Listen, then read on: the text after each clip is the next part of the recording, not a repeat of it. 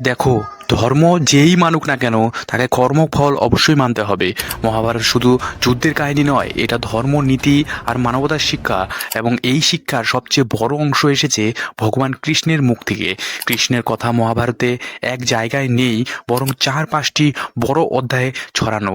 যুদ্ধ শুরুর আগে কৃষ্ণ পাণ্ডবদের পক্ষ থেকে কৌরবের কাছে যান। তার একটাই কথা, যুদ্ধ বন্ধ করো, শান্তিতে বাঁচো। 5টা গ্রাম দিলেই কিন্তু যুদ্ধ হবে না। কিন্তু দুর্যোধন অহংকার কৃষ্ণের মানল না। এখানে কৃষ্ণ দেখিয়েছেন শান্তির জন্য চেষ্টা করা সবসময় সবচেয়ে বড় কর্তব্য। ভীষ্ম পর্ব, ভগবদ্গীতা, যুদ্ধের ময়দানে অর্জুন যুদ্ধ করতে চাইছেন না, কৃষ্ণ তখন তাকে জীবনের সবচেয়ে বড় সত্যগুলো বোঝান। আত্মা কোনো মরে না, ধর্মের জন্য কাজ করো, ফলে চিন্তা করো না, সঠিক পথে থাকলে ভয় পাওয়ার কিছু নেই। এই উপদেশের অংশটাই কিন্তু শ্রীমদ্ ভগবদ্গীতায় মহাভারতের সবচেয়ে গভীর শিক্ষাদান। তো বুঝতেই পারছেন, কর্মফল কোনোদিনও মার যায় না। অবশ্যই ভিডিওটা লাইক করবেন, অবশ্যই চ্যানেলটা সাবস্ক্রাইব করবেন, আর কমেন্ট সেকশনে জয় কৃষ্ণ লিখতে ভুলবেন না।